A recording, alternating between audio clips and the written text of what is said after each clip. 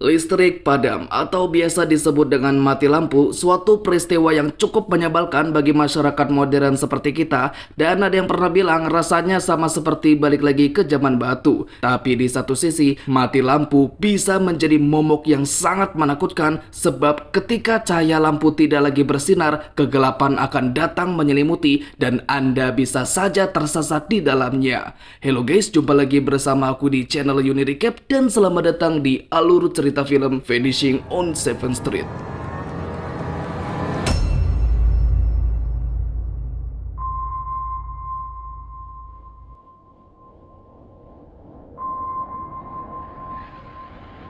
Sebuah film yang dirilis tahun 2010 ini akan menceritakan sebuah fenomena aneh di mana semua penduduk di kota lenyap secara misterius bersamaan dengan matinya listrik yang juga terjadi secara tiba-tiba. Lantas apa yang sebenarnya terjadi? Daripada bikin penasaran, langsung saja kita masuk ke alur ceritanya.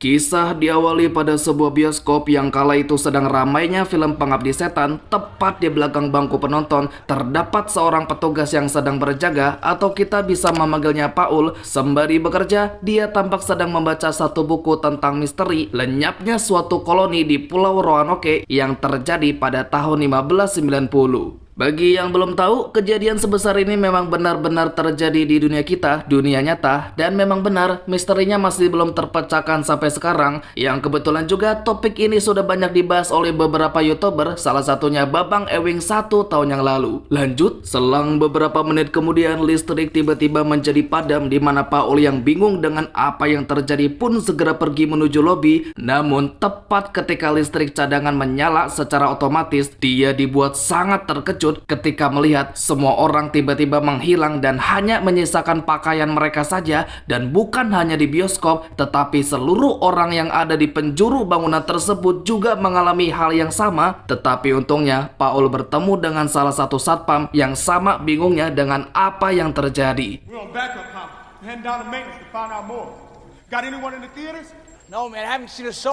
Mereka pun mencoba berpikir positif kalau kejadian ini hanyalah sebuah prank semata. Tetapi ketika sampai di sebuah toko baju, mereka melihat suatu pergerakan di dalam sana yang ketika si satpam mencoba untuk memeriksanya, tiba-tiba dia langsung lenyap seketika. Entah apa yang sudah terjadi, namun ketika Paul menyenter ke arah sana, muncul sosok bayangan yang langsung menyerangnya.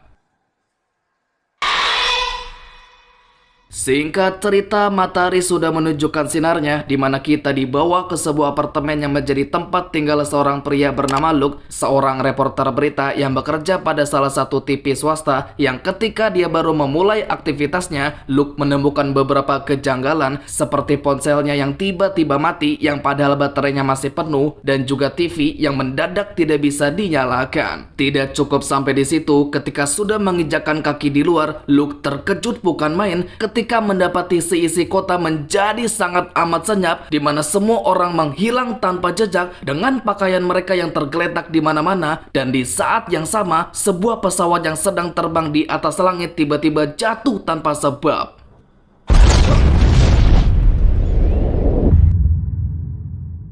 Singkat cerita, 72 jam kemudian, atau lebih tepatnya sudah 3 hari terlewati, yang sampai sekarang kondisi kota masih gelap gulita. Dan faktanya saat ini waktu masih menunjukkan jam 11 pagi, di mana fenomena aneh tersebut juga menyebabkan matahari menjadi terbit lebih lambat dan tenggelam lebih cepat di setiap harinya. Dan sepanjang 3 hari tersebut, Luke habiskan waktu dengan mencari persediaan makanan dan juga minuman. Tetapi yang lebih penting daripada itu, dia membutuhkan penerangan seperti lampu senter. Dan tidak hanya itu, dia juga berharap bisa menemukan satu mobil yang masih bisa digunakan untuk pergi dari kota ini. Yang ternyata fenomena ini juga menjadi penyebab seluruh kendaraan menjadi tidak berfungsi.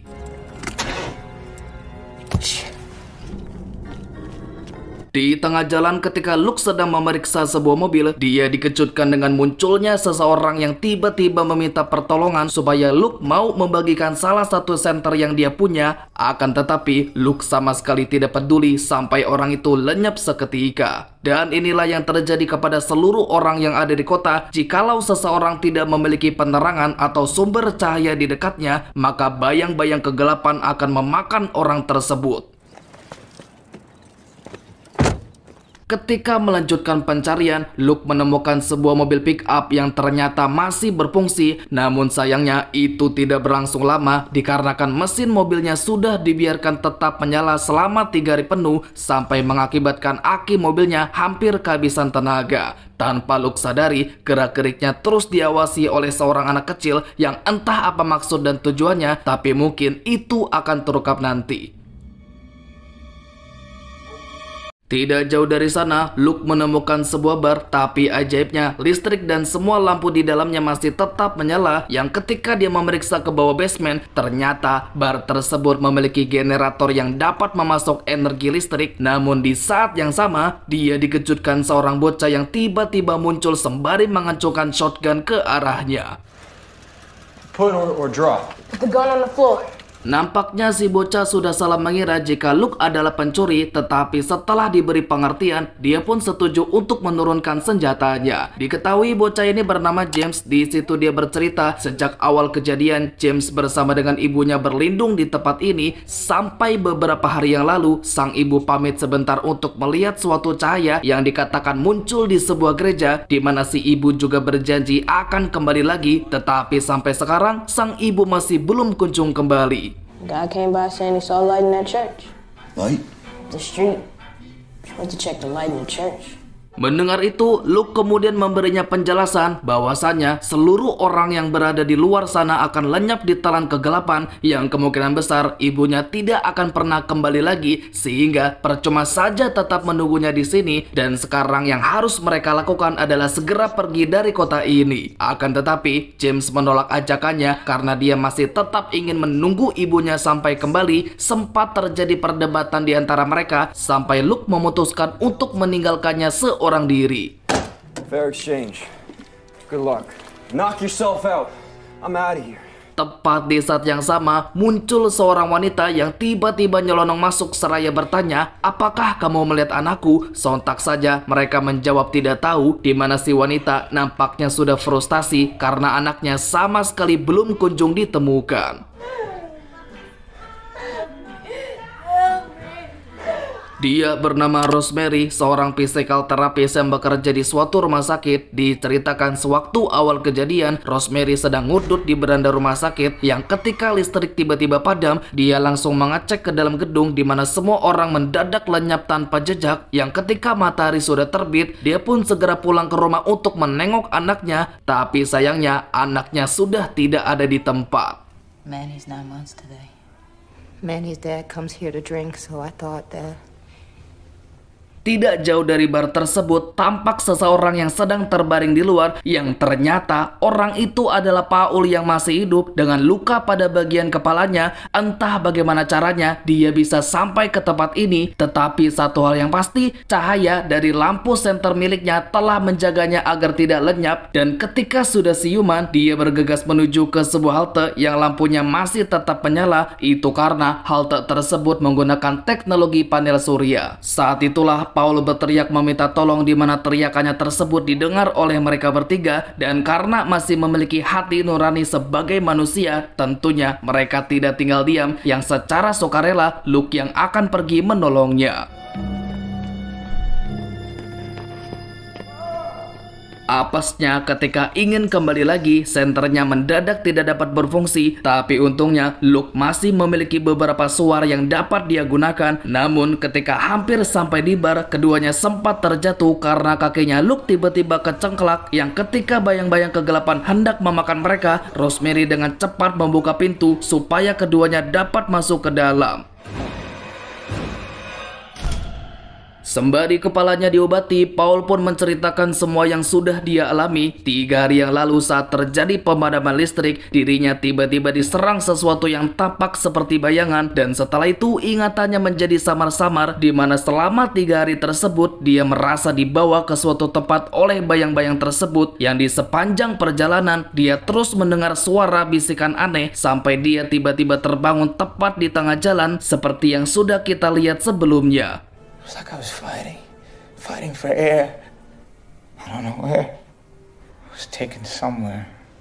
Setelah itu mereka pun berembuk untuk menebak-nebak terkait apa yang menjadi penyebab dari fenomena aneh yang satu ini, di mana Paul berspekulasi jika semua ini disebabkan uji coba senjata biologis yang diam-diam dilakukan pemerintah, atau bisa jadi penculikan makhluk preketek. Tapi ada juga yang berpikir jika ini adalah azab atau hukuman yang dijatuhkan Tuhan kepada mereka umat manusia. Alien abduction. Neutron bombs, gamma ray bursts, Particle collider accident. nanotech run amok. Kemudian terjadi sesuatu yang tidak terduga. Secara tiba-tiba tegangan listrik menjadi terganggu, seketika membuat si siber menjadi gelap gulita dan bayang-bayang kegelapan kembali muncul. Saat itulah mereka mematikan beberapa lampu dan juga barang elektronik lainnya untuk mengurangi tegangan listrik yang mulai terbebani. Ternyata penyebabnya adalah mesin generator yang pelan-pelan mulai rusak, sehingga menjadi masalah baru yang cukup gawat bagi mereka berempat. Batteries and flares. And the cars and everything. The electric charge is fading anyway. Dalam situasi yang tidak tenang seperti ini, Paul kemudian menceritakan sebuah peristiwa aneh yang pernah dia baca di satu buku, di mana Paul meyakini kejadiannya sama persis dengan fenomena yang saat ini sedang terjadi. Diceritakan dulu pada tahun 1590 di sebuah pulau terpencil bernama Roanoke, sebuah koloni Inggris yang berisikan 117 orang ditemukan sudah menghilang tanpa adanya jejak dan hanya menyisakan pakaian, makanan, dan perabotan rumah tangga lainnya, yang setelah melakukan pencarian ditemukan sebuah coretan aneh di sebuah pos jaga, di mana coretan tersebut bertuliskan Croatoan yang maksud dan artinya juga sama sekali belum diketahui. Maybe it's a warning.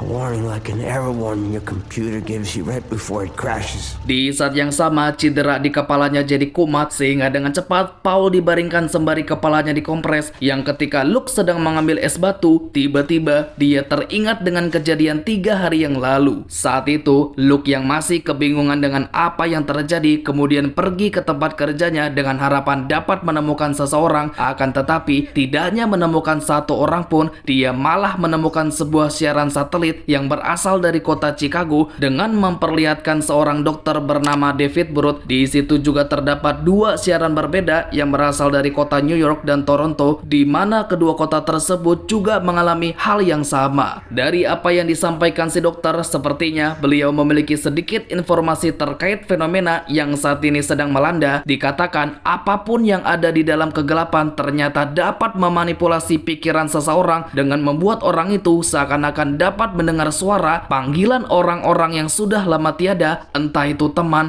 pacar, mantan, atau bahkan kerabat orang itu, di mana suara-suara tersebut hanya semakin menyesatkan mereka ke dalam kegelapan. Tidak hanya itu, sang dokter juga menegaskan untuk tetap berada di dekat sumber cahaya. Tapi, nah ada tapinya nih, jangan sekali-kali percaya dengan sumber cahaya lain kecuali sumber cahaya yang kau pegang sendiri. That you hold in your own hand. Stay near a light source. It can trick you. Setelah mengingat semua itu, Luke kemudian menceritakan hal itu kepada mereka bertiga, bahwasannya di luar sana, tepatnya di kota Chicago, kemungkinan besar terdapat sekelompok orang yang masih bertahan hidup. Oleh karena itu, daripada menetap di sini, alangkah lebih baiknya jika mereka segera pergi mencari tempat yang lebih aman untuk disinggahi. Point is, when that Jenny dies, we die. But whatever's out there is in here now. Lantas, bagaimana cara mereka bisa pergi dari kota ini sedangkan kondisi di luar sangat berbahaya? Nah, rencananya mereka akan kabur menggunakan mobil pick up yang sebelumnya Luke temukan, tetapi karena tenaga dari akinya tinggal sedikit, mereka harus membawanya ke bar terlebih dahulu supaya tenaganya dapat diisi menggunakan sisa tenaga dari generatornya. Don't let him fall asleep, okay?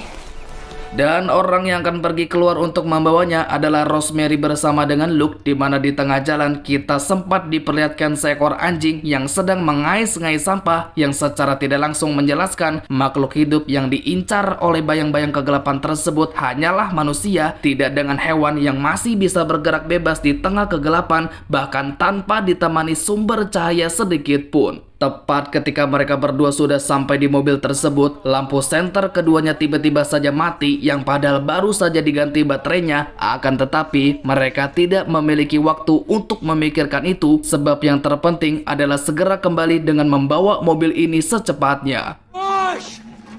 Keep pushing!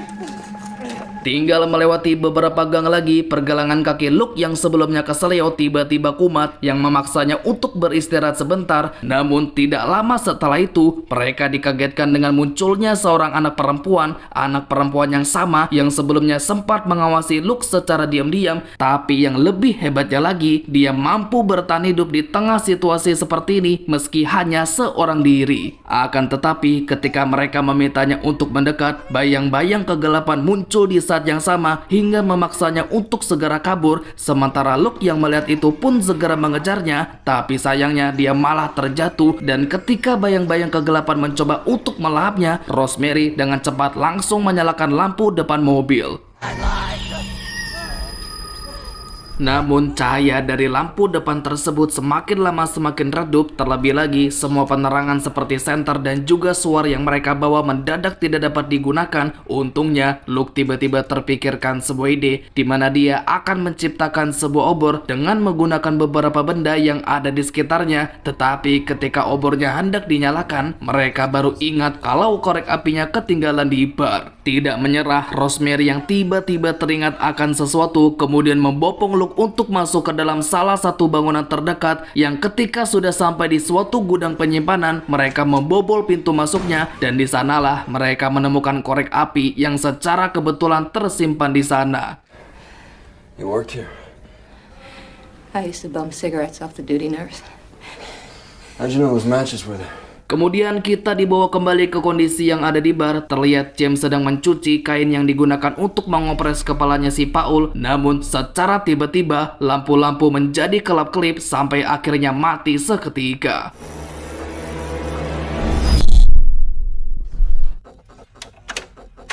Untungnya tidak terjadi apa-apa kepada Paul, tetapi ketika dia memeriksa James yang ada di kamar mandi, bocahnya sudah hilang entah kemana. Namun pada saat yang sama, dia mendengar suaranya dari bawah basement yang ketika dia ikuti, suara itu membawanya pada sebuah lorong di balik pintu dan tanpa pikir panjang, dia masuk menyusuri lorong tersebut. Sesampainya di ujung salah satu lorong, dia pun menemukan sebuah pintu dengan teriakan James yang terus memanggil-manggil dari dalam. Namun apa yang dia temukan setelah membukanya hanyalah sebuah tembok yang sama sekali tidak ada James di dalamnya. Dan di saat yang sama, bayang-bayang kegelapan memenuhi lorong tersebut diikuti dengan beberapa lampu yang satu persatu mulai padam. Saat itulah Paul baru menyadari kalau dia sudah masuk ke dalam perangkap dan tidak ada yang bisa dia lakukan selain pasrah dengan keadaan.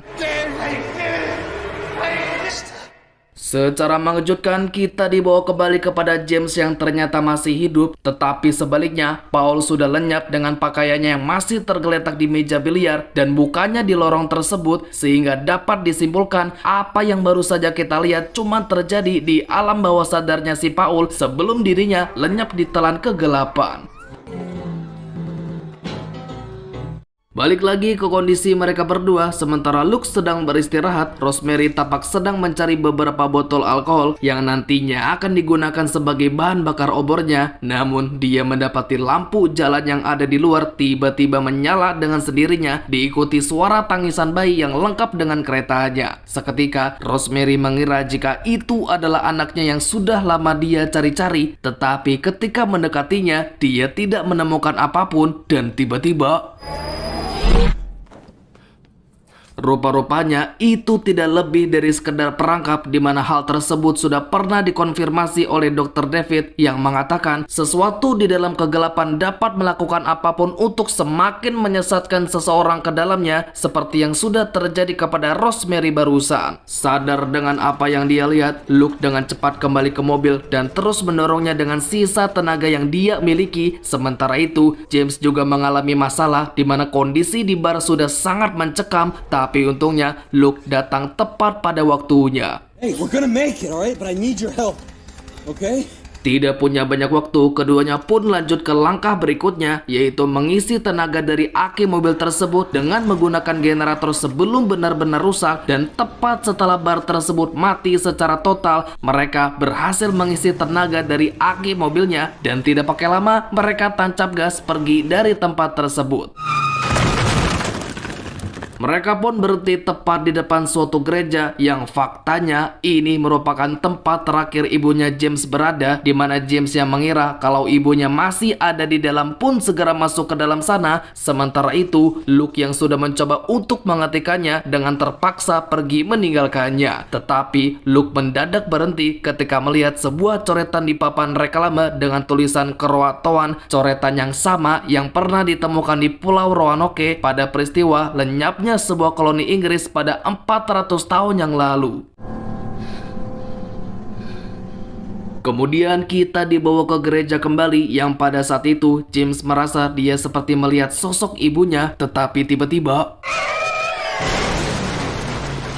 tak diduga, Luke kembali lagi untuk menjemputnya, tapi itu percuma saja sebab James masih saja kepala batu yang ketika Luke hendak mengajarnya, lampu depan mobil tiba-tiba mati membuat sisi gereja menjadi gelap gulita, dan di saat itulah Luke langsung lenyap seketika.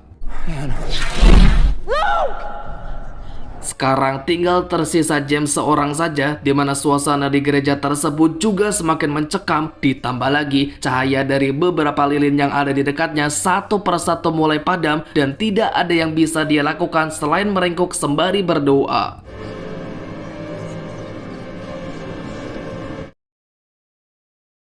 Singkat cerita, matahari diperlihatkan sudah bersinar kembali, dan ajaibnya James ternyata masih hidup, di mana hal tersebut bisa terjadi dikarenakan masih ada satu lilin yang tetap menyala dan terus menjaganya di sepanjang malam. Tidak hanya itu, dirinya pun dikejutkan dengan kemunculan anak perempuan itu. Lalu kita diberitahu semenjak awal kejadian dia menjadikan gereja ini sebagai tempat untuk berlindung, dan di sini juga diungkapkan lampu senter yang dia pakai ternyata menggunakan teknologi surya, yang artinya selama matahari masih sempat bersinar, baterai dari lampu senternya akan selalu terisi penuh, dan itu lebih hemat daripada senter dengan batu baterai yang mereka gunakan. Won't go out as long as there's day. I'm Brianna. I'm James.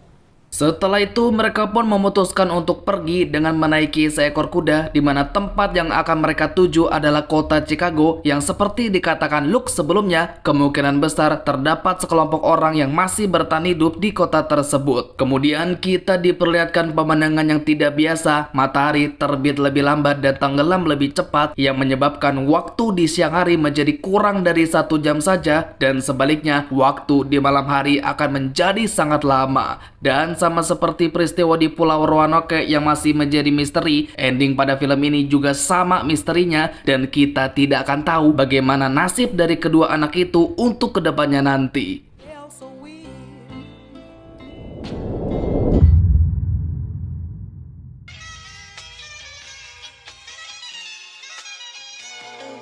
So ya, itulah alur cerita dari film Vanishing on 7th Street. Pesan yang bisa kita ambil dari film ini adalah sedia payung sebelum hujan, sedia genset sebelum mati lampu. Oke, segitu saja untuk pembahasan kali ini. Jangan lupa untuk like, comment, share, dan subscribe-nya agar saya bisa semangat untuk membuat konten selanjutnya. Terakhir saya ucapkan terima kasih dan sampai jumpa di video selanjutnya. Bye bye bye.